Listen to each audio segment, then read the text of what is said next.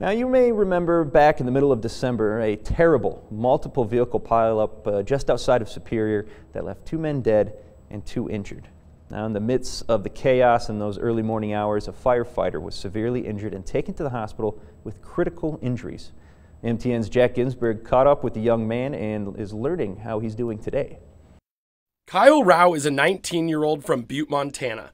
In 2017, he graduated high school and then began working as a resident volunteer for the Frenchtown Rural Fire District. On the early morning of December 19th, Rao, along with the rest of his coworkers, were one of the first responders to arrive on the scene of a large pileup crash on I-90. You know, we were taking it slow. I was probably only going 15, and we happened to slide down the whole off-ramp and almost onto the other on-ramp, getting back onto the highway.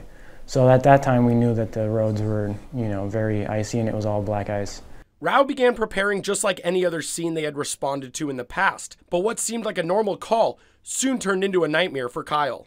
So I had gotten out of the truck, put on my gear, and we were walking, and there was a big bunk of wood.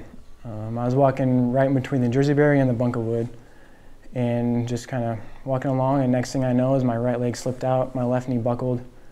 And as I was falling, I tried to catch myself on the Jersey barrier, and I had fallen off the bridge. Rao managed to curl up into a ball in midair before free-falling 37 feet to the bottom of a ditch. At first, Rao was in shock, but soon realized how serious the injury was. Fell a good amount of distance.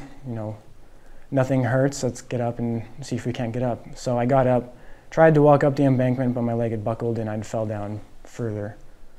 From there, multiple responders who were already on the scene spent minutes getting down to Kyle before getting him in the Stokes basket and pulling him the 40-plus feet back to the top of the road. Rao was sent to St. Patrick Hospital in Missoula, where he had surgery on his broken femur and 2 weeks later, surgery on a newly discovered broken wrist. Kyle is only 1 month into an estimated 8 to 12-month road to recovery, but his spirits remain high. Being able to walk is just, that's probably like one of my worst fears, is not being able to walk. And, as time progressed, we eventually progressed with going from a walker to crutches, and it's just, we're getting there. We're pushing through, so.